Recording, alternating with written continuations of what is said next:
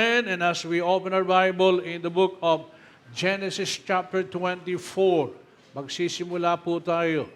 Genesis chapter 24, verses 1 up to verse number 4.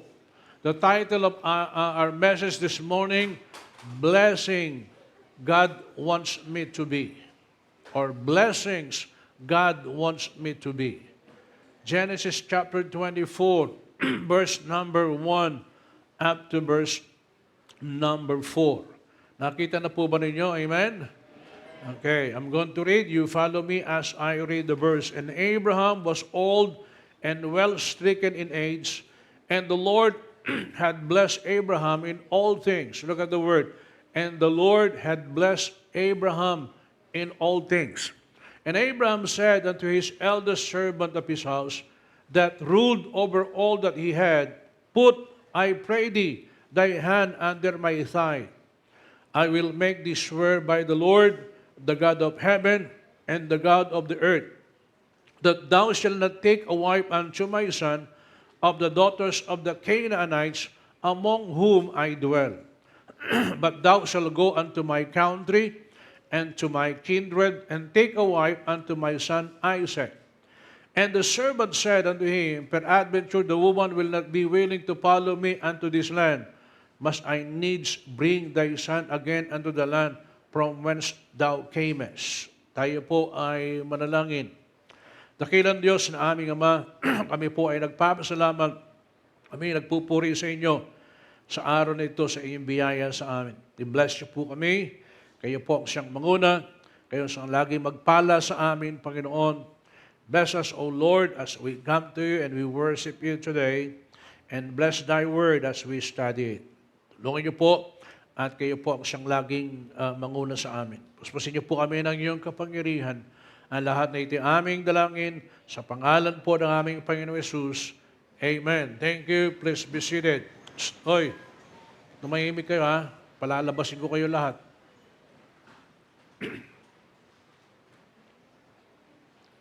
Kayo na yung mga nandoon sa harap, lagi kayo maingay. Okay? So ngayong umaga, mga kapatid, tingnan ho ninyo. At ang sabi po ng banal na kasulatan dito sa ating binasa, and Abraham was old and well stricken in age. Matanda na si Abraham. At ang sabi ng banal na kasulatan, at ang napakaganda dito, sabi niya, and the Lord had blessed Abraham in all things. Amen? Alam niyo, itong si Abraham hanggang doon sa siya ay tumanda na, siya ay pinagpala pa rin ng Diyos. Amen po ba? At tingnan ho ninyo.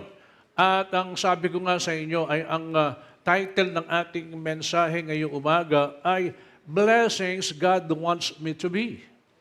Pagpapaala na kung saan nais ng Diyos sa atin ay maging. Now, we always say na ganito, di ba? Sabi laging nababanggit ba yan? Ano ba ang gusto mo maging 5 years or 10 years from now? You know, I always tell, sabi ko nga sa bawat isa, 5 years from now, 10 years from now, 5 years from now, itong mga batang ito, ha?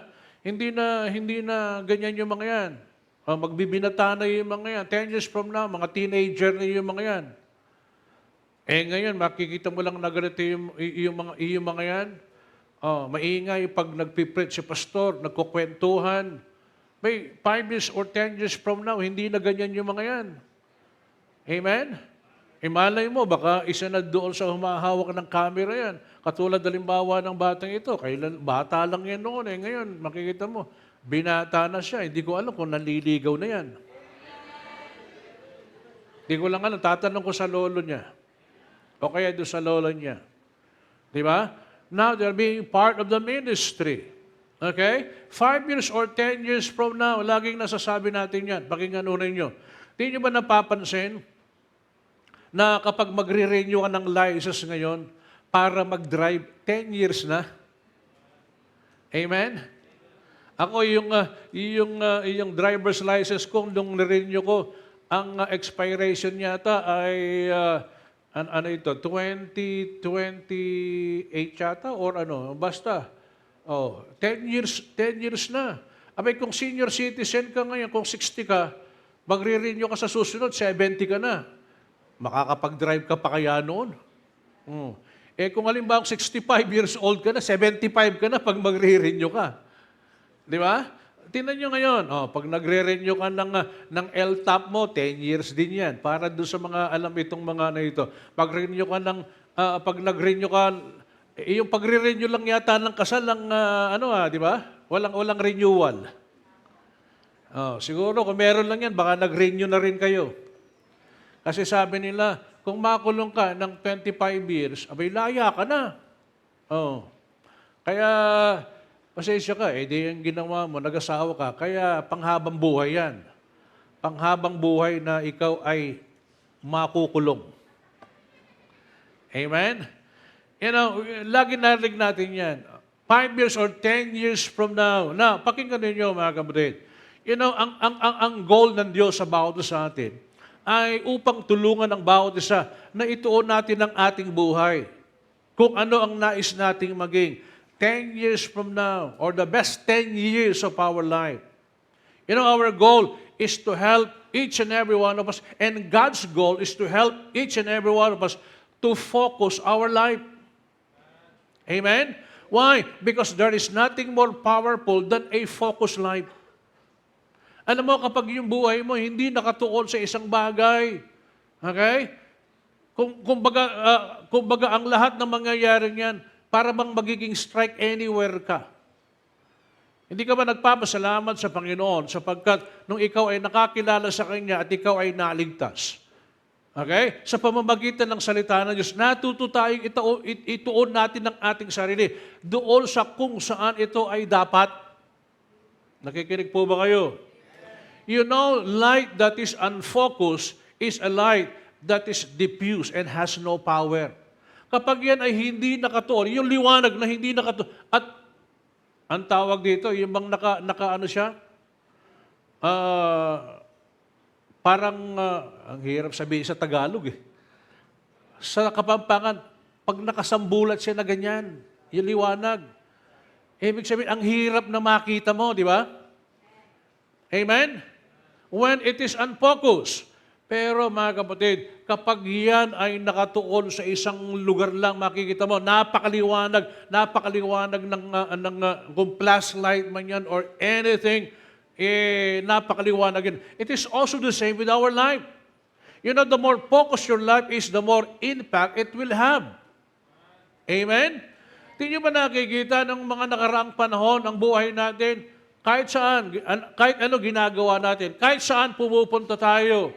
Pero isang napakalaking pasasalamat sapagkat isang araw nakakilala tayo sa Panginoon, tayo ay naligtas, and then the Lord has put us in a church or a local church na ang layunin dyan ay upang ituon ang ating sarili doon sa kung saan ito ay dapat. Kaya kung titignan natin yung ilang mga mahalagang bagay sa buhay natin, katulad halimbawa, yung health natin, di ba? Yung wealth mo, or maybe even your career, or even your family, or your time, or your dream, your vision, all the major areas, saan kaya nakatuon yung lahat ng mga yan? Kaya nga hindi ba ang nangyari dahil hindi mo binigyan ng pansin yung health mo? Ngayon, ano nangyari? Lagi kang nagkakasakit, lagi kang nahohospital, di ba? Bakit? Napabayaan natin yan Are you listening? Hindi ba nakita, ang daming mga kayamanan dumating sa iyo, pero ano nangyari? Wala na yung lahat ng yan. Nagtatanong ka, hindi mo alam kung saan napunta yung lahat ng mga yan. Nor even your career, di ba? Napakarunong mo naman. Napakarunong mo, napaka-talented ka. Pero ano nangyari? That even up to now, hindi mo pa rin alam kung paano. Amen? You have your family, and even your time. Nasa iyo na yung lahat ng mga yan. So nakikita nyo ba yung lahat ng mga ito na sa buhay natin, o sa buhay dito sa mundo ito, pakinggan ho ninyo, wala hong pangmatagalan dito. Kahit nga yung Niel, hindi nagtagal. 11 years, nagkahiwalay din sila. Yan ang laman ng ano ngayon, di ba? Kaya iba sa inyo, paiyak-iyak pa kayo. At alam mo ninyo, ang tanging mananatili lang dyan ay walang iba kung hindi ang salita ng Diyos, ang Diyos sa buhay natin. Amen? We may live, di ba ang sabi nga nung mga pinag-aralan natin nung mga nakaraan, tayo ay mga katiwala ng Diyos. We are all managers of God. If you are a Christian, if you are a believer, the Lord has put you in the church. At anong ginawa ng Diyos about sa atin? Binigyan ka ng kakayahan ang lahat ng mga yan. Galing sa Diyos yan. Pinagkatiwala ng Panginoon sa atin. At nais ng Panginoon ang lahat ng yan, ito ay magamit natin para sa Kanya. Not only to use it for your own self, but use it for the Lord. But use it in God's work. Use it in God's ministry. That gets God the glory. Di ba? Ang Diyos ang siyang nakakakuha ng kalwalatian dito. Kaya nga, mga kapatid, alam mo ninyo, ang layunin ng ating pag-aaral ay upang ang bawat isa bilang mga membro ay maging matagumpay tayo sa mga susunod pang mga taon sa buhay natin. Ang dami na nating mga pinagdaanan. Amen? Nakaranas tayo ng ilang taon na pandemya. Ilang taon yan. Maybe 3 years, or even up to now, nandoon pa rin yan. Pagkatapos, makikita naman natin ngayon, nababalitaan na naman natin, kagabi lang, kahapon lang, nagkaroon ng earthquake doon sa Mindanao. Pagkatapos, meron silang tsunami alert. Okay? So, ibig sabihin, tinan niyo yung mga yan. At alam niyo, tayo, nag-expect dito ng isang malakas na lindol. Hindi natin alam kung kailan yan, kung anong araw, kailan mangyayari yan, but it will be happen anytime. Amen? Pagkatapos, makakarinig ka pa ng wars, and not only rumors of war, but also wars na nangyayari. Alam mo ninyo, ito na yung panahon natin ngayon. We are living in the last days. Amen ba? Kaya, dinaanan na natin yung lahat ng mga yan. Ngayon, matatapos na naman. Ilang mga linggo na lang, matatapos na naman ang taon na ito. Days from now, magiging January 2024 na. Lahat ng mga yan na pinagdaanan natin. Alam mo ninyo, ang salita ng Diyos, ang layunin lagi sa bawat sa atin, ay kung paano tayo maging matagumpay sa mga susunod pa na panahon sa buhay natin. Maybe 5 years from now, maybe 10 years from now. Ano ang gusto ng Panginoon? Ang gusto ng Diyos, ang buhay natin ay maging meaningful yung buhay natin. Amen? Amen. God wants our life not only to become meaningful, but also to become successful. Not only to become successful, but also to become significant. Alam mo ninyo, yung chapter na ito ng Book of Genesis, chapter 24, ay maraming beses na 5 beses na kung saan nabanggit yung salitang success o yung tagumpay. And this is the story of Abraham, who obviously is the father of all Jews and also the father of all the Arabs, na kung saan dito ay naipangalan si Ismael, di ba? Nakikinig ho ba kayo? Kaya nga po, mga kapatid, kung ating papansinin,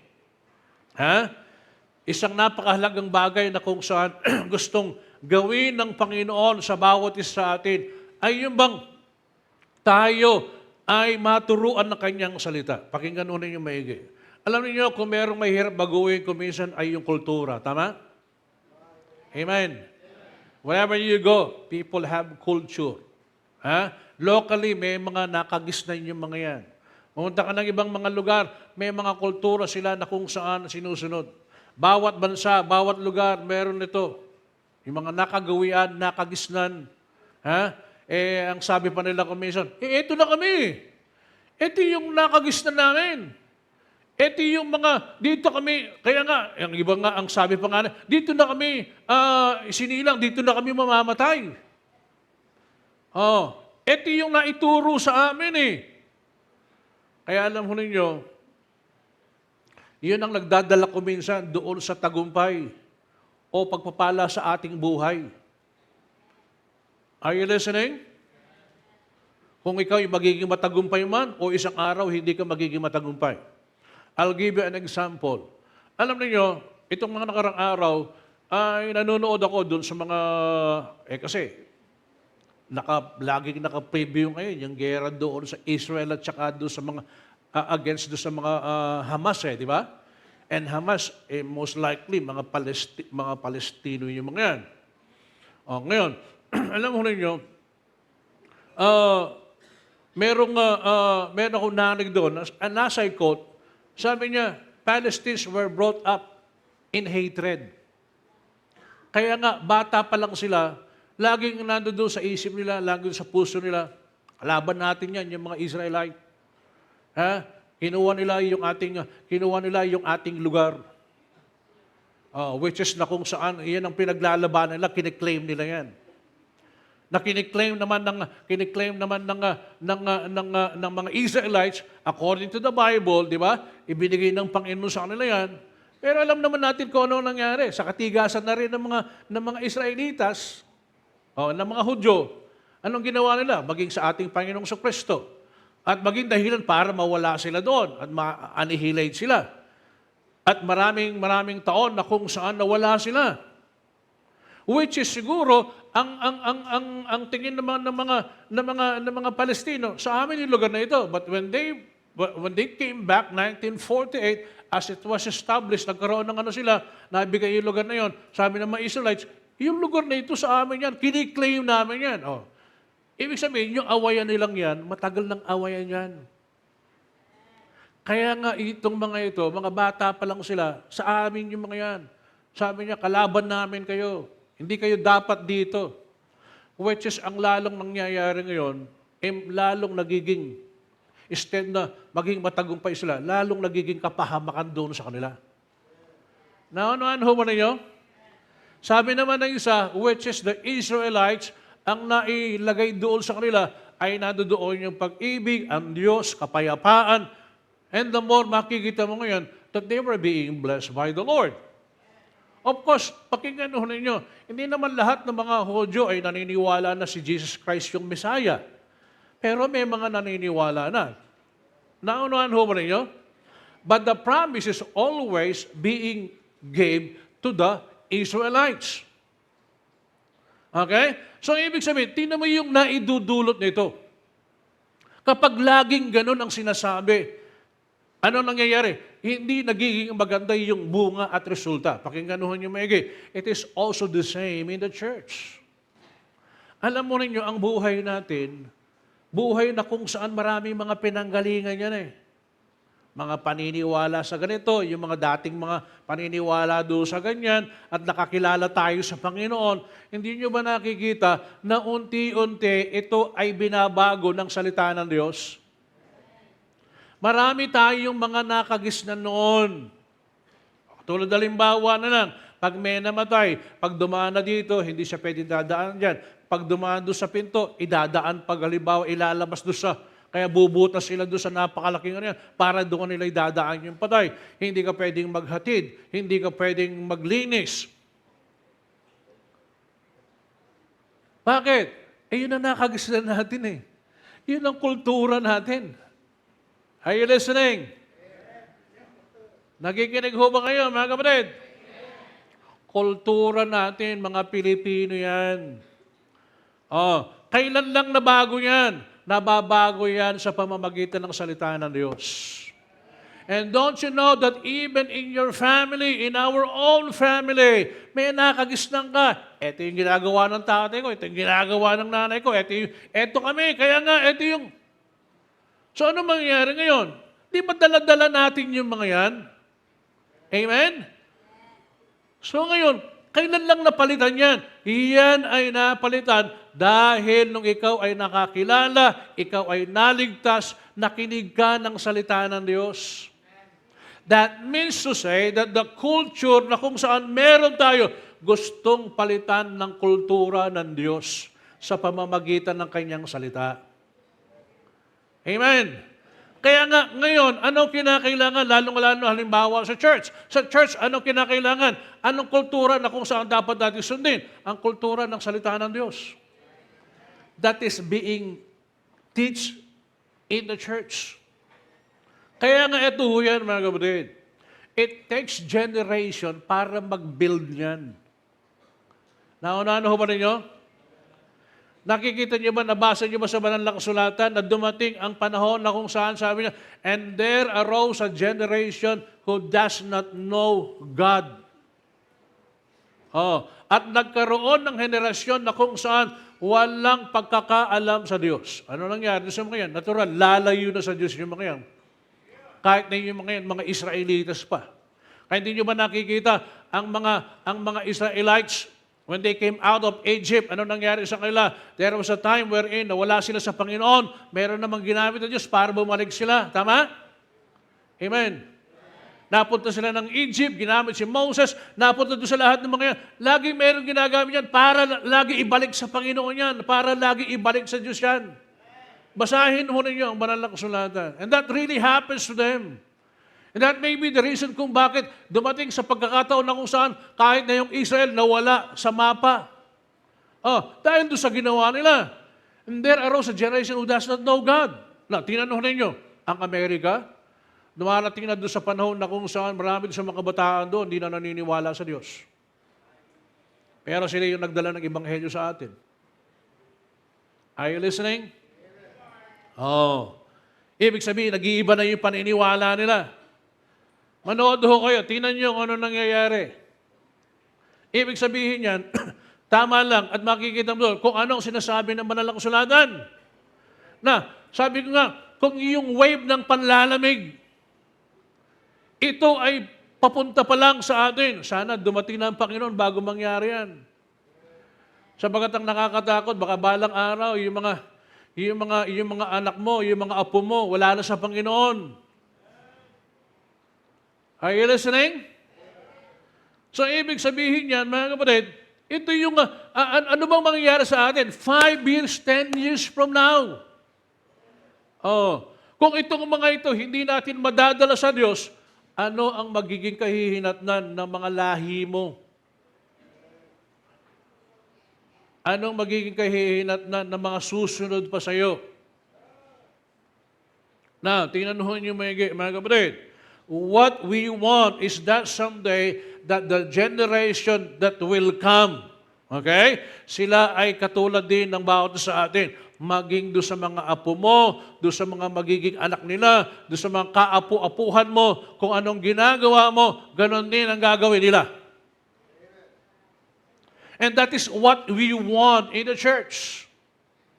We want that someday na hindi lamang tayo yung naging tapat sa Panginoon, pati na rin yung mga anak natin. Pag yung mga anak mo, hindi mo sila mailapit sa Diyos, nakakatakot yan. Pati yung mga apo mo, susunod na dyan. Are you listening? Kaya sabi ko doon sa mga habang nasa lugar natin sila, okay? Habang nasa atin sila, gawin na natin yung lahat ng pwedeng magagawa natin in order for us to influence them so that someday, kung ano yung ating ginagawa, ganon din ang gagawin nila, ipapasa doon sa mga anak nila at maging doon sa mga susunod pang generasyon. Bakit? Nasa atin hong kamay na yung mga yun eh. Nasa panahon na natin sila, tama? Now, kaya nga ho mga kapatid, ang gusto natin na maging ay walang iba kundi yung kultura na kung saan meron tayo. Walang iba kundi yung kultura ng salita ng Diyos. Kultura ng Diyos sa buhay natin o sa simbahan. Para isang araw, kung ano man ang gusto natin na maging doon sa kanila, ganon din ang kanilang gagawin. Mga kapatid, you try to go back doon sa ating text doon sa chapter 24. Alam niyo, ang Diyos, ang pangako niya kay Abraham, ang pangako niya that he would be a great nation. Are you still with me? Alam niyo, napakabilis ng panahon, di ba? Dati ang pinag-uusapan natin ay yung kung saan tayo kakain, saan tayo pupunta. Pero ngayon ang pinag-uusapan, ano na yung iniinom mong maintenance ngayon, di ba? Anong maintenance mo na? Alam mo ninyo, kung ating papansinin, mga kapatid, itong si Isaac, o itong si Abraham, siya ay pinangakuan ng Diyos that he would be a father of great nation. But he had only Isaac na kung saan tagapagmana niya. Na kung saan, sa oras na ito, si Isaac, wala pa siyang asawa. Amen? Alam mo, pag tumatanda ka na, talaga yatang dumarating talaga yan, hindi lang kay Abraham. Pag tumatanda ka na, at pag yung anak mo ay tumatanda na rin at hindi pa rin nagkakaroon, para nag-iisip ka na rin, di ba? Sabi mo nung bata sila, hoy, wag ka mo nang maliligaw, wag ka mo nang magpapaligaw. Pero pag tumatanda na sila, hoy, maligaw ka na. Mag-asawa ka na, di ba?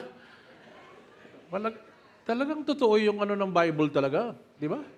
Pag nakikita mo ng packet na siya doon sa nawawala na siya sa kalendaryo, nag-iisip ka na rin di ba? Para ikaw na nagtutulak mismo doon sa yun Itong ating pinag-aaralan, mga kapatid, you know, God promised Abraham that he would be a father of great nation. But ang problema, itong si Isaac, siya ay wala pang girlfriend. Girlfriend muna, di ba? Noong panahon, walang girlfriend. Pag sila, mag-aasawa ka agad yan At ang ibig sabihin niyan, si Abraham, wala pa siyang apo. Amen? Now, tinanong niyo mga kapatid, so ano kanyang ginawa? So, Abraham gets into serious and he sent his servant na ang pangalan niya ay Eliezer, na siya ay pumunta doon sa Iraq. Which is, by the way, where Abraham came from. Galing doon si Abraham And back to Iraq, and he says, sabi niya, gusto ko na hanapan mo ng mapapangasawa itong si Isaac.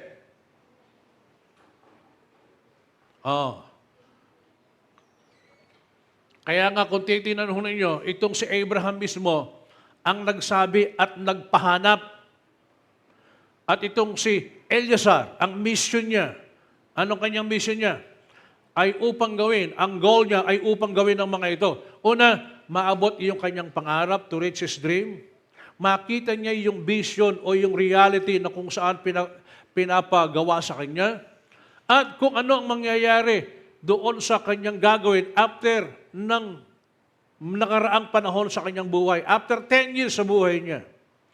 Kaya nga mga kapatid, kung ating titingnan, ang bawat isa din sa atin ay nangangarap tayo na isang araw gusto ko maging ganito. Isang araw gusto ko maging ganyan. Alam mo niyo, okay na yung mangarap tayo. Pero pagkatapos nating mangarap, kailangan gumawa na tayo. Amen? You know, many people, puros lang pangarap Puros lang na gusto. Isang araw maglilikod ako sa Panginoon. Isang araw sasama ko doon sa Huwag lang isang araw, gawin mo na ngayon. Yung servant ni Abraham, sabi niya, okay, hindi, gagawin. Ang utos sa kanya, gawin kaagad ito. Are you listening? Now, tinanong niyo mga kapatid. You know, we want to be blessed someday. We want na ang buhay natin tayo maging matagumpay isang araw. Pero alam mo niyo, ang gusto ng Panginoon sa atin, pagkatapos nating mangarap na ganito, kaakibat nito ay walang iba kung hindi yung ating paggawa. Amen ba? Kaakibat nito ay ang ating paghakbang. When we got saved and we came to know the Lord and the Lord has put us in the church, we have many things na nais natin gustong gawin para sa Panginoon. Pero ang tanong, doon sa lahat ng mga yan, meron ka na bang ginawa? Doon sa lahat ng yan, meron ka na bang sinimulan? O puro pangarap lang, wala naman tayong nasisimulan. O maaring ginawa mo na minsan, pero ang ginawa mo, huminto ka at hindi ka nagpatuloy. And this is exactly the goal of Eleazar. Si Eleazar, ang nais niya ay makamit iyong pangarap niya. At hindi lamang yan, makita niya na yung vision na yun ay maging reality. Okay? Maging makatotohanan. At hindi lamang yan, pagkalipas ng maraming taon, eto na siya. Alam mo ninyo, iyan mismo ang nais gawin ng Panginoon sa bawat sa atin. The Lord has given us a mandate. The Lord has given us kung ano yung kinakailangan nating dapat gawin. Ang nais ng Diyos tayo ay maging matagumpay. Ang nais ng Diyos tayo ay pagpalain. Ang nais ng Diyos sa buhay natin, isang araw. Ano man ang iyong ginagawa, ikaw ay magiging masaya. Ang buhay mo ay maging pagpapala hanggang sa pagtanda mo na. Pero paano mangyayari yan kung hanggang ngayon ay hindi ka nagsisimula? Amen? Now, this is the question that we need to ask to ourselves. Kung halimbawang merong pupunta sa iyo, okay? At tatawagin ka, sasabihin niya, pwede ba akong magpunta doon sa iyo? Minsan ganun di ba? Anong unang-unang itatanong mo sa kanya? Nasaan ka na? Nasaan ka? Di ba yun? Minsan, halimbawa, sasabihin nila, Pastor, gusto namin magpunta doon sa church ninyo. Ang tanong ko sa kanila, nasaan ka ba ngayon? O pagkatapos, pag nalaman kung nasaan siya, and then, bibigyan ko siya ng direction kung paano yung pupunta dito. Tama? Amen ba? So the first step that we need to do is we need to determine our present position if we want to start. Kaya kung gusto mong magsimula at humayo na, anong kailangan mong gawin? Ang kailangan mong gawin, kailangan ma-determine mo yung present position mo. You need to figure out where you want to go until you know where you are already are. Kaya nga po mga kapatid, di ba, ang sakit natin kung minsan, pag lumalakad tayo, kung kailan nasa daan ka, at saka ka naghahanap ng direksyon ng pupuntahan.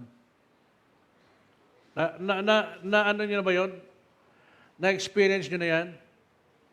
Pag pupunta ka ng Manila, kung kailan nasa daan ka, at saka mo bubuksan yung cellphone mo, kasi ginagamit natin ngayon, di ba? Oh. Bubuksan mo yung cellphone mo, sinong marunong gumamit ng Waze dito? Di ba? Bubuksan mo yan. Kaya lang pagbukas mo, nako, wala ka palang load. Tsaka ka nagpapaload. Kung kailan halimbawang on the way ka na at tsaka ka nagpapaload doon sa, paano ka magpapasok doon sa ano yan? Tapos, ba't ayaw tumaas? Paano tataas yan Yung barrier doon sa ano, wala kang load. At saka katatawag ngayon. O di ba? Anong gagawin ng mga nando doon sa likod mo? Sisigawan ka na, hoy, ano bang ginagawa mo dyan? Bakit gano'n? Sa iba, wala kang load. Alam niyo, kung minsan gano'n tayo Kung kailan lumalakad ka na at saka ka naghahanap ng direksyon, hindi ba dapat bago ka umalis? Nagtanong ka na, noong unang panahon, ang gagawin niya, susulat yung address, di ba? Pero ngayon, meron ka na, makikita mo na doon sa cellphone mo, yung Waze mo, o kaya yung, ano yung isa? Yung,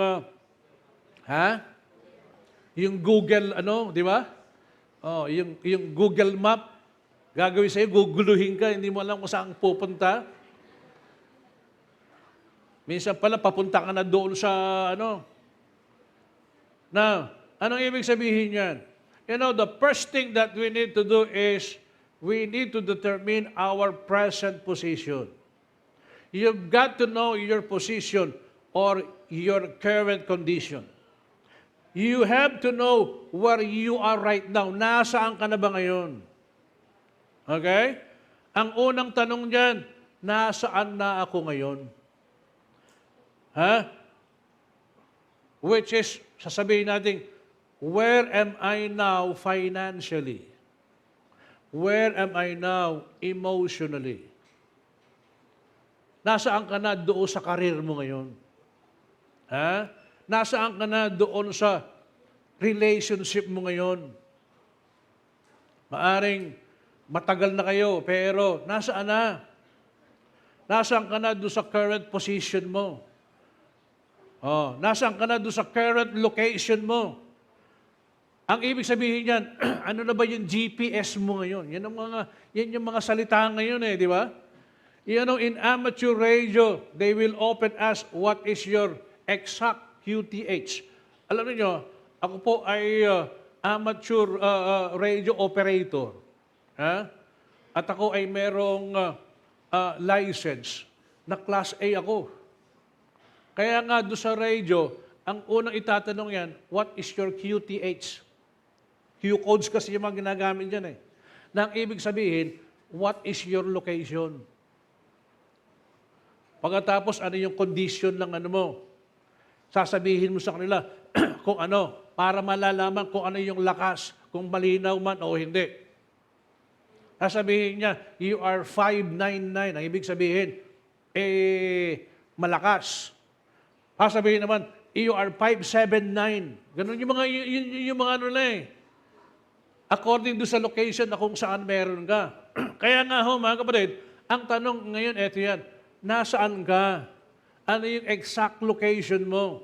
Nasaan ka na emotionally? Nasaan ka na doon sa karir mo? Nasaan ka na spiritually? Baka hanggang ngayon, ikaw ay mananampalataya sa buhay mo spiritual, ay hanggang ngayon, sa tinagal na tagal ng panahon, hanggang ngayon, ganun pa rin. Ang susunod na tanong, ano yung gusto kong palitan? Ano yung gusto kong magbago? Na, kung titinunin niyo mga kapatid, ang sabi po ng banal na kasulatan, dito sa talatang binasa natin, si Abraham, according to his instruction, doon sa kanyang servant, sinabi niya yung lahat ng kung saan, kung ano yung gusto niyang mangyari. Now, listen to this. Tinanong niyo, Genesis chapter 24, verse number 1. Anong sabi dyan? And Abraham was old and well stricken in age, and the Lord had blessed Abraham in all things. Sabi ni Abraham, saan siya nagsimula? Sabi niya, gusto kong magkaroon ng asawa ang aking anak. Bakit? Tingnan niyo ang pangako ng Diyos sa kanya that He will be a father of all nations. But the problem is, paano mangyayari yan? Wala siyang lahi. Wala siyang anak. Naintindihan na ba ninyo? Kaya doon siya nagsimula ngayon. Ibig sabihin, nasa kanya ang pangako, pero paano magkakaroon ng kaganapan yan? Now, listen to this. We have all the promise. Not until we move, hindi mangyayari yung pangako na yan. Amen? Kahit na punong-puno ka ng pangako ng salita ng Diyos, kung wala ka namang ginagawa sa mga ito, paano mangyayari yan?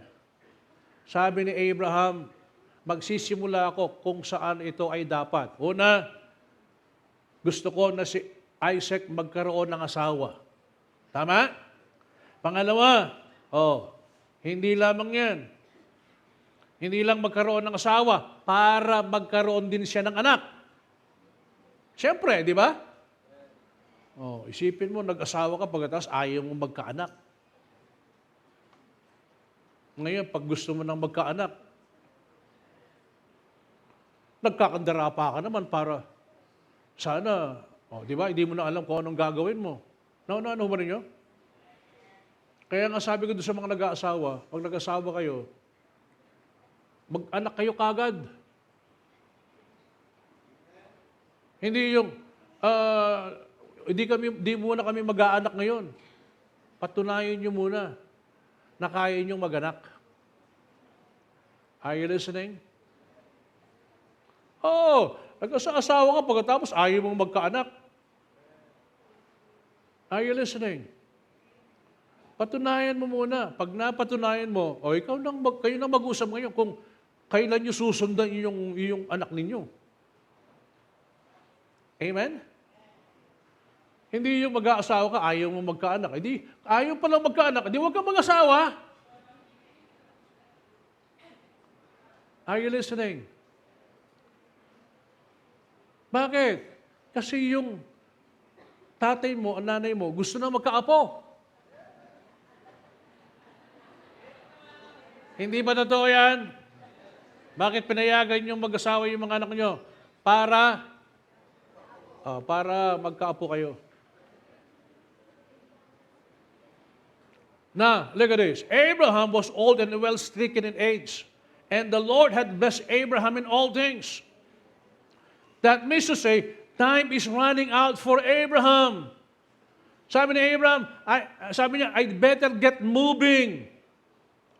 Hindi na ako mag-aaksaya ng panahon pa, kundi gagawin ko na kung ano yung nararapat.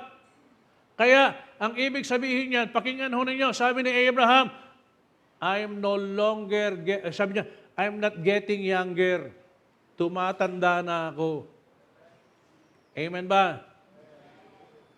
Nasaan ba ako ngayon? Sabi niya, I have the promise that I will be the father of all nations, but, ang sabi niya, sa akin magmumula. Pero paano mangyayari yan? Wala pang asawa yung aking anak. Kailangan mag-asawa na siya at para pag nag-asawa na siya, magkakaupo na ako. Tama? Bakit? Dahil tumatanda na ako.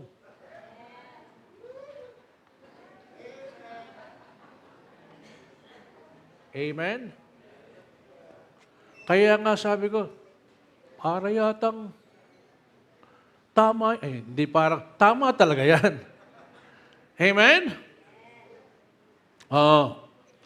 So pakinggan ho ninyo, each and every one of us, we're not getting young. We're getting old. Sabi ni Abraham, time is running out. Ako'y merong goal at ang goal ko, ito yung aking gagawin. Pero hindi nangangahulugan dahil matanda na ako. Hindi na ako magsiset ng goal. Are you listening? Dito mo makikita yun Si Abraham, kahit na nandoon siya doon sa edad na yan, meron pa rin siyang gustong gawin. At ang gawin niya ay walang iba kung hindi yung sinabi ng Panginoon sa kanya, yung pangako ng Diyos sa kanya. So, ibig sabihin yan, mga kapatid, sa buhay natin, sa atin bilang mga mananampalataya, if we will try to relate ourselves with those things sa buhay na nangyari sa mga yan, ganon din sa bawat isa sa atin. Hindi ibig sabihin na matanda ka na, wala ka nang gustong gawin pa. Hindi ibig sabihin na may edad ka na, wala ka nang magagawa. Hindi ibig sabihin, si Abraham, nandoon na siya doon sa edad na yan, pero nandoon pa rin siya doon sa pangako ng Diyos sa kanya. Are you listening? Kaya pa ba akong i-bless ng Panginoon? Kaya pa bang gawin ng Diyos sa akin yan? Mga kapatid, hindi pumipili ng lugar, edad ang Diyos doon sa ano pa mang gusto niyang gawin sa bawat sa atin. Amen? At kung ating papansinin ang Diyos ang naisa sa bawat sa atin, pagpalain niya tayo. But how can He bless us? Because He has a lot of promise. Doon sa lahat ng mga pangakong yan, hindi tayo nagmumove. Hindi tayo humahakbang. Hindi natin ginagawa. Ang tanging gusto lang ng Diyos sa bawat sa atin ay yung humakbang tayo, makita natin kung saan tayo, at makita natin na napakahalaga at sayang ang panahon kung hindi tayo kikilos sapagkat hindi tayo papabata kung hindi tumatanda na tayo. But you know what? No matter how old you are, whether you are retired or not, you need a goal, you need a dream, you need to have a vision.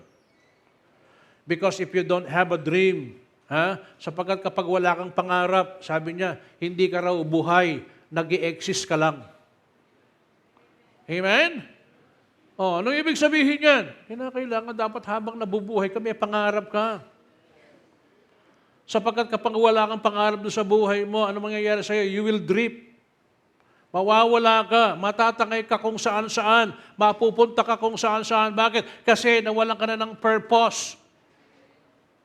Tandaan ho natin, tayo mga mananampalataya, laging merong layunin tayo. At ang layunin natin sa buhay na kung saan meron tayo, ay walang iba kung hindi tayo ay laging makapagbigay ng kalwalatian sa ating Panginoon Diyos. And after describing exactly where we are, anong kinakailangan dyan? We need to describe exactly what I want in my life. Amen? Ano bang gusto kong ma-accomplish? Ano bang gusto kong magawa? hindi ka kinakailangan dapat maging malabo. Kapag yung mga goal mo ay malabo, mahirap ma-accomplish yung mga yan. So anong kinakailangan? Kinakailangan dapat maging specific ka. When you are specific, hindi lamang alam mo kung ano yung gusto mo, kundi alam mo rin kung ano yung hindi mo gusto. Amen. Kung ating titingnan, mga kapatid, dito sa ating pinag-aaralan, alam mismo ni Eleazar kung ano yung kanyang gagawin. Dahil itinuro sa kanya kung ano yung kanyang dapat gawin. Tinanong ninyo. Look at verse number 3. Sinabi ni Abraham kung ano ang gustong niyang mangyari sa kanyang anak na si Isaac. At sinabi niya ito kay Eleazar. Sabi sa verse number 3, "And I will make thee swear by the Lord, the God of heaven, and the God of the earth, that thou shalt not take a wife unto my son of the daughters of the Canaanites, among whom I dwell. But thou shalt go unto my country and to my kindred, and take a wife unto my son Isaac." Kaya nga, makikita ho niyo dito, mga kapatid, yung sinabi ni Abraham kay Eleazar, specific ito. He is saying, I want a wife for my son of the same nationality, the same hometown, the same faith, most of all. Ibig sabihin yan, dito ka hahanap ng mapapangasawa ni Isaac. Kita mo na, siya pang pumili kung saan siya pupunta at kung sino ang pwedeng pipiliin niya para mapangasawa. Dapat, parehas na pinagmulan. Are you listening? Amen. Dapat parehas ng pananampalataya. Ibig sabihin, specific siya. Ibig sabihin, precise siya. Kaya nga po, mga kapatid, pakinggan ho ninyo, anumang goal na kung saan hindi malinaw, at ito'y malabo, mahirap mangyari, mahirap magawa. Sabi ni Abraham, etong gagawin mo. Kaya napakalinaw para sa kanya. Kaya alam niya kung anong gagawin niya. Tama? Amen. Alam niya kung anong pipiliin niya. At alam niya kung ano ang hindi niya pipiliin. It is also the same with us, mga kapatid. Okay? We want our generation that someday they will be blessed by God. The way the Lord bless us. Are you listening? Paano tayo pinagpala ng Diyos? Kaya nga lagi sinasabi ko, 10 years, 5 years from now, itong mga batang ito, kung sila ay matuturuan natin, kung yung turo natin mula sa simbahan, yun din ang ating ituturo sa kanila. Yun din ang gagawin nila. Kung anong ginagawa mo, yun din ang ginagawa nila. Darating ang araw, 5 years, 10 years from now, ito na rin ang ginagawa nila. Yun din ang ituturo nila doon sa kanilang mga anak. Tama? Amen. What principle? The principle that they will teach is the principle of the Word of God. Bakit? Yung mga yan, lumaki na sila dito. Pag nawala pa sila sa atin, hindi na natin alam kung ano mangyayari pa doon sa kanila. We don't want that someday, yung mga magiging anak mo malayo sa Panginoon. Dahil naging malayo ka rin sa Diyos. Paano i-bless yung pamilya natin? Amen? And that is the reason why we are putting the vision doon sa kanila. Yung instruction natin doon sa kanila. Tama? Amen? Kaya sabi ko, alam mo ninyo, we need to build a generation in our church. Na ang henerasyon na kung saan, ito yung mga henerasyon na kung saan ang itinuro sa kanila, walang iba kundi salita ng Diyos. Minsan, mahirap mabuti na yung mga medyo mas ahead na doon sa atin. Bakit? Kung makikinig pa yung mga yan, at yung ating itinuturo, yan pa rin ang ituturo doon sa kanila. Pero paano mangyayari yan? Kung halimbawa, malalaki na, at may mga nakagis na, mahirap na abutin kung minsan yung mga yan. Amen? Mahirap na. Kaya ikaw na lang ang magiging tapat Okay? At yung katapatan mo, minsan meron doon sa kanila na masasama ka, may makukuha ka doon sa kanila, pero hindi ka pa nakakasigurado doon sa mga yan. Tama? At meron naman na kung saan dito na nakakilala, dito na naligtas, yung mga anak nila, hindi na-motivate ng salita ng Diyos, ng maigi. Ano mangyayari? Malalayo sila. Ilan pa rin doon sa kanila ang siyang pwedeng mawawala. Ano ba rin nyo? At meron na rin doon sa panahon natin ngayon na yung mga yan, lumaki na sila dito, but because they were influenced by the world, ano mangyayari dyan? Nakikipag-agawan tayo doon sa kanila. Are you listening? Minsan hindi 100%. Kaya sabi ko, pag nawala pa sila sa atin, hindi na natin alam kung ano mangyayari pa doon sa kanila. Are you listening? But what we want to put unto them, okay, yung henerasyon na susunod, ay walang iba kung hindi ang salita ng Diyos. Na, tinanong ninyo, ang pakikipag-agaw natin. Nakikipag-agaw tayo sa buhay ng ating mga anak regarding sa social media. Tama?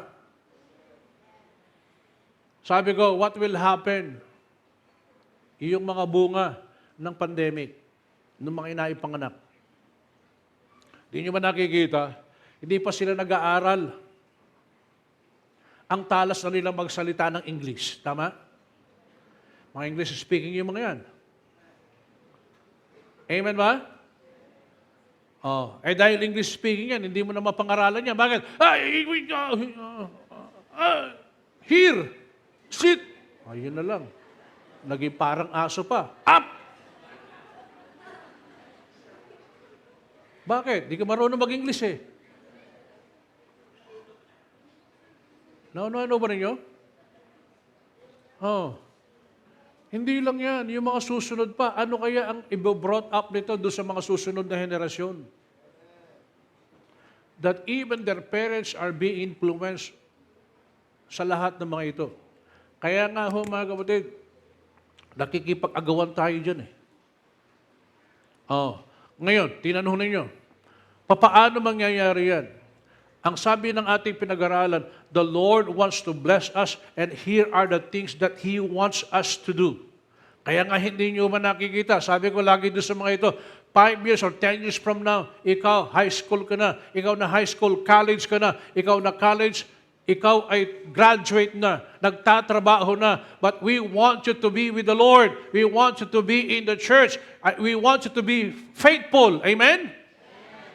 Oh, at kung maaari, kung pipili ka man ng mapapangasawa mo, ay yung kapananampalataya mo. Pipili ka na magiging partner mo, yung hindi ka ilalayo sa Diyos. Pipili ka na magiging kasama mo, magiging tapat sa simbahan.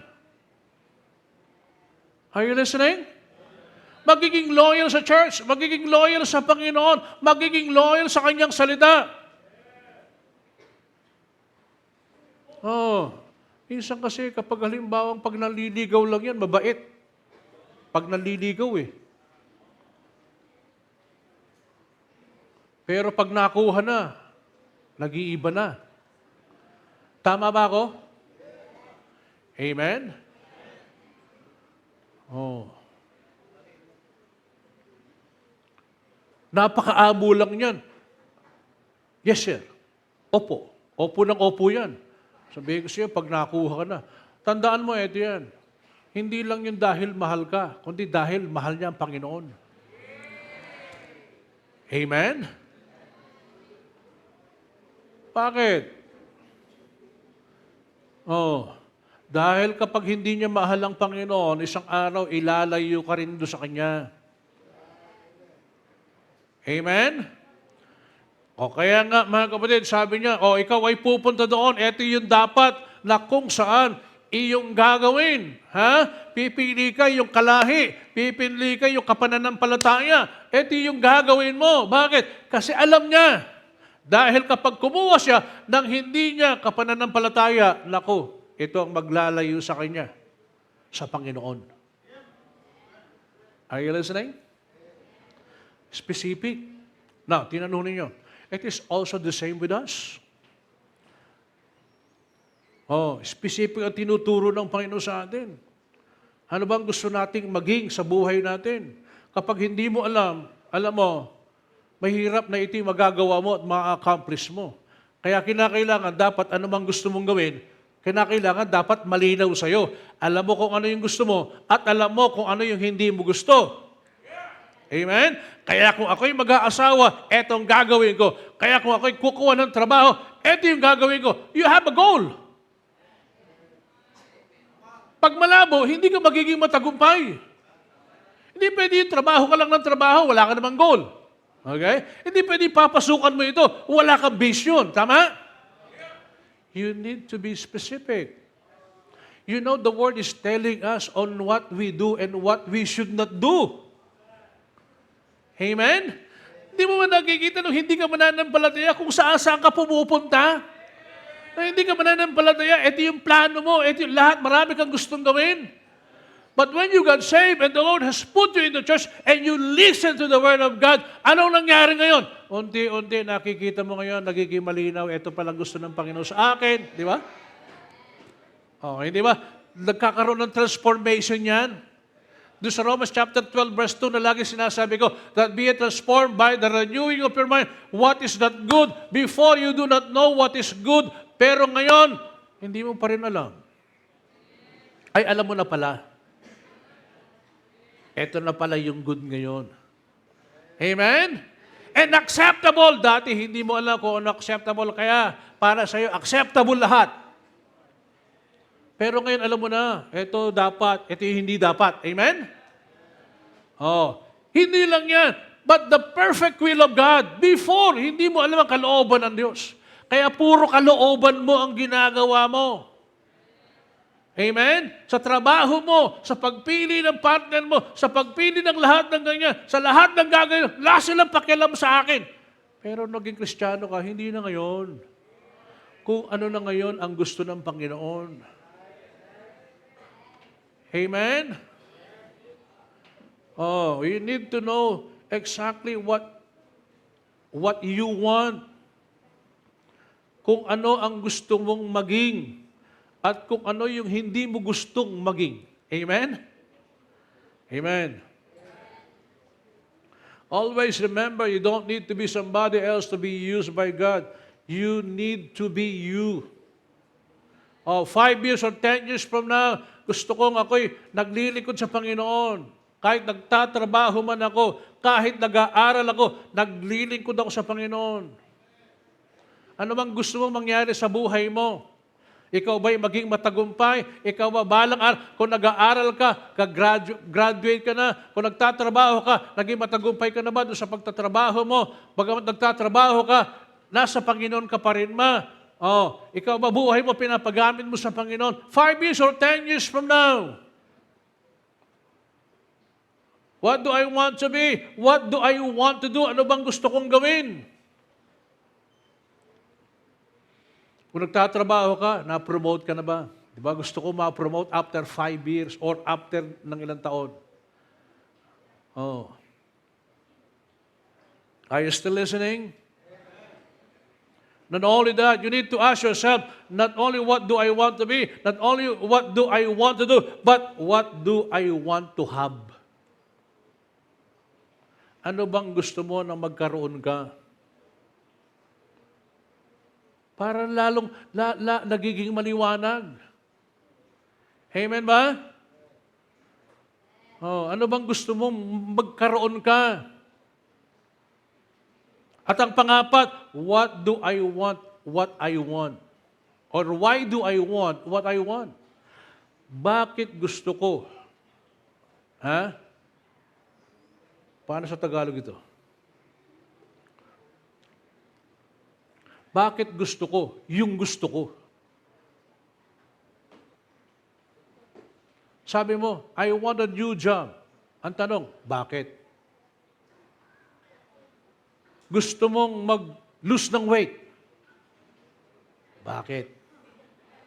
Kasi para marami nang manliligaw sa akin. Ganun lang ba yun? Gusto ko, gaganda ako. Bakit? Gusto kong maging spiritual. Bakit? You know, every goal has to have a value to it. It has to have a reward to it.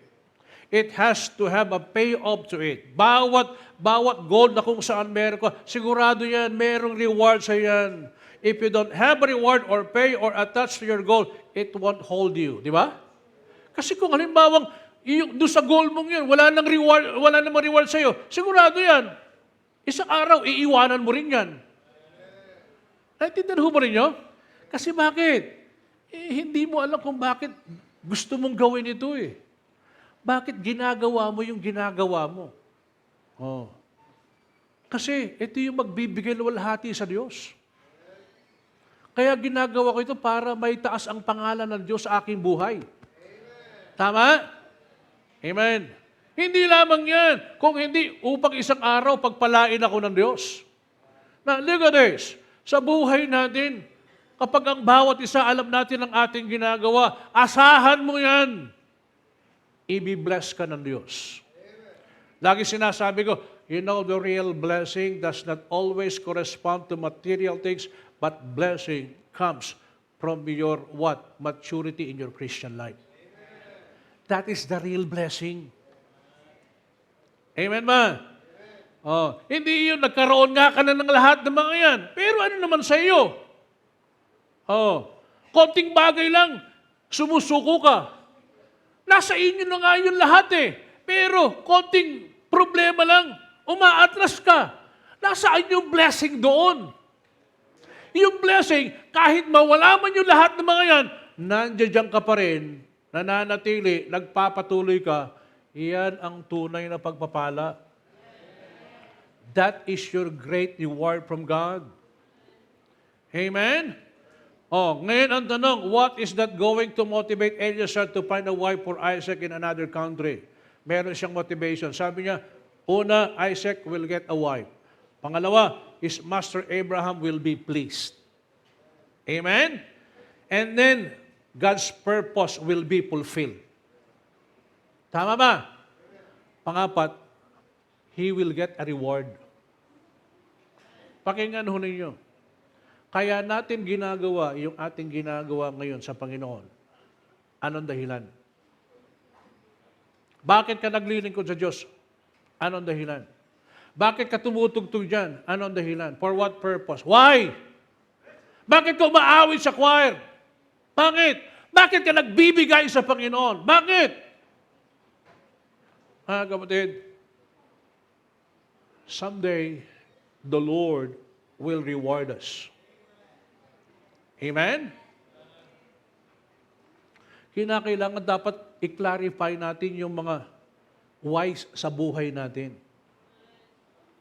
Bakit? It is easy to give up without knowing the why. Amen? Madaling sumuko kapag hindi mo alam kung ano yung dahilan. Ha? Bakit mo ginagawa yan? Hindi ko nga alam kung bakit ginagawa ko yan eh. Bakit kasi nagkaroon pa ng ganyan? Bakit kailangan pa ng ganito? Bakit kailangan pa ng ganyan? Mga kapatid, kailangan dapat maging maliwanag sa iyo lahat ng mga yan. Bakit isang araw kapag hindi mo alam kung ano yung dahilan ng ginagawa mo, susuko ka. Tama? Magsasawa ka. Are you listening? Pero kapag alam mo ang ginagawa mo, hindi ka magsasawa. Magpapatuloy ka. Mananatili ka. You know, how many days, magmula nung October, ano ba yun, at ngayon yung mga sundalo doon sa Israel, nandoon pa rin sila, nakikipaglaban. Ang ginagawa na nga nila ngayon, nagre-recruit na sila doon sa ibang mga tao doon na napunta, na mayroong mga, ang tawag dito, may mga passport sila, para i-train sila, para humawak na ng baril. That they will fight together with them. Bakit? Because anytime, maaring pasasabugin sila, maaring, kasi yun ang goal sa kanila eh. Na kung maaari lang yung lahat ng Hudyo, mga matay, mga wala sila. Yun ang goal ng mga kalaban doon sa kanila, which is na hindi naman yun ang goal nila. Sabi nila, kaya kami nandito. Hindi naman namin gusto itong nakikipaglaban kami, nakikipaggera kami. But we need to do it. Why? It is for our safety, it is for our country, ito yung para ano. Alam nila. Kaya kahit mamatay sila, nakahanda sila. Dahil alam nilang ginagawa nila. Nangunahan ba ninyo? Kaya kahit pagod na sila, nandoon pa rin. Lumalaban pa rin sila. Bakit? Alam nila kung ano yung kanilang ginagawa. Naintindihan ba ninyo? Yung mga nahuling Hamas, in-interview sila. Sabi niya, bakit nyo ginagawa ito? Hindi nga po namin alam eh. Iba naman, sabi nila, kasi po, papatayin yung mga pamilya namin pag hindi namin ginawa yan. Ngayon, nagba-back out sila, sabi niya. Kung alam lang namin na pababayaan kami at iiwanan kami, sana hindi kami sumama. You see? Naintindihan ho ba ninyo? Isipin mo yan, ginagawa mo, hindi mo alam. Pag hindi mo alam ang ginagawa mo lang yan for the sake na kung saan dahil natatakot ka, for the sake na kung saan nakinig ka doon sa mga tinakot ka o binalaan ka. Pero mga kapatid, pag alam mo ang ginagawa mo, kahit balaan ka, mananatili ka, magpapatuloy ka. Amen? That's why we need to clarify the whys of our life. It is impossible to know the how without knowing the why. Amen? Kaya nga ho mga kapatid, napakahirap makita mo kung bakit, kung hindi mo alam kung ano yung dahilan. Kaya, tingnan ho ninyo mga kapatid. I will just continue this kasi mahaba ito eh. Okay? I never forget what our pastor said before he died at iniwan ng baon sa atin. Nagtatanong tayo, we are asking how, paano magsisimula, paano gagawin. And then we came into a thinking, bakit tayo nandirito? Nakikinig ko ba kayo? Bakit tayo nandirito? Why we are here? Una, niligtas tayo ng Panginoon. Pangalawa, nilagay tayo ng Panginoon dito sa simbahan na ito. Pangatlo, tinuruan tayo, in-equip tayo kung ano yung mga kinakailangan gawin. Kaya nga, nung nalaman natin kung ano yung why, ano sabi natin? Mga kapatid, ang kailangan lang natin gawin, magpatuloy tayo. Because when you know the why, the Lord will teach you how. Amen? Kapag alam mo yung dahilan, ituturo sa iyo ng Diyos kung paano. Kaya anong ginawa natin? We just continue. Amen? And by continuing, anong ginawa ng Diyos sa atin? The Lord bless us. Hindi yung hanggang ngayon, hindi natin alam kung bakit ginagawa. Bakit mo tayo nagpapatuloy? Bakit ginagawa natin? Ba't tinuturuan natin yung mga bata? Bakit sinasabi natin sa mga membro na maging tapat tayo, makatiwala tayo ng Diyos, magbigay tayo?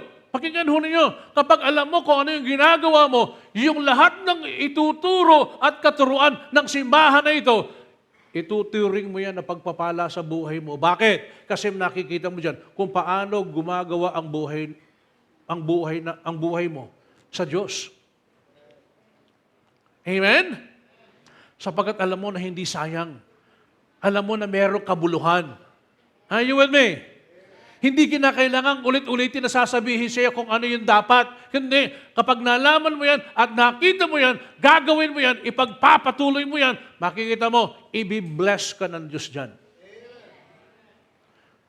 What we did, we just continue. Tama? Naturuan tayo. Nagkaroon tayo ng kaalaman. Nagpatuloy tayo. At sa ating pagpapatuloy, ano sabi natin? Hindi naman pwede magpatuloy na tayo, na ganyan lang tayo. Hindi. Kailangan pagandahin natin. Kailangan ayusin natin. Bakit? Alam natin ang ginagawa natin eh. Ano ba ninyo? Because we know that it will be rewarded someday. Because we know that it will be blessed by the Lord someday. Because we know that it will give glory to God. Amen? And because we know that someday, God will be glorified. Anong ginawa natin? Tinuloy tayo.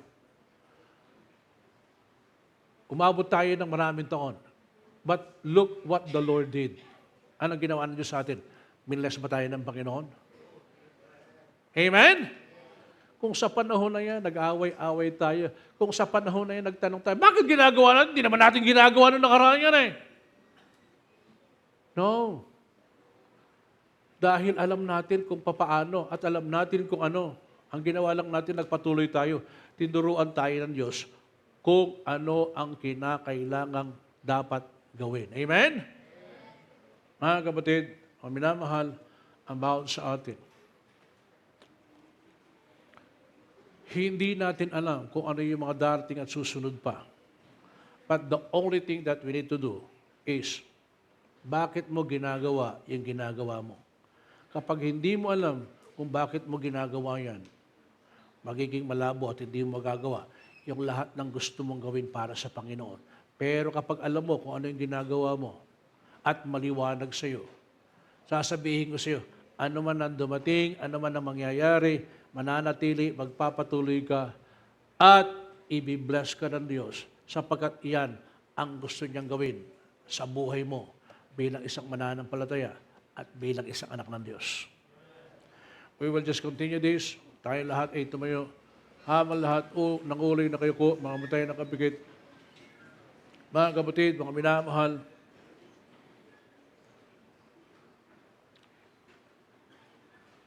si Abraham is a great example of God when it comes to his blessing. Why? Because even up to his old age, the Lord blessed Abraham. You know why? Because Abraham knows why. Alam ni Abraham. Kaya nga, kahit na nandoon na siya doon sa ganong edad, alam niya pa rin kung ano yung dapat at hindi dapat. Alam niya pa rin kung ano yung kailangan at hindi kailangan. At alam niya pa rin ang dahilan kung bakit niya ginagawa ito.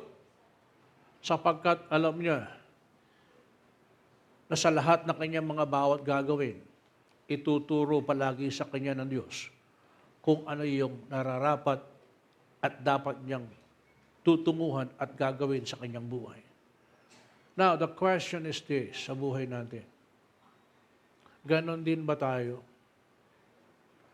Sa buhay natin, kapag hindi maliwanag yung ating ginagawa at mismong tayo, hindi natin alam kung bakit. Paano ka magiging matagumpay? Kaya nga po mga kapatid, meron tayo salita ng Diyos.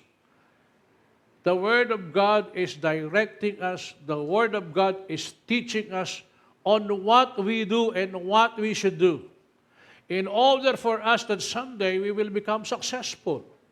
Hindi tayo pwedeng maging matagumpay sa ganang atin. Magiging matagumpay tayo sa pamamagitan ng direksyon na turo ng salita ng Diyos sa buhay natin. Ngayong umaga,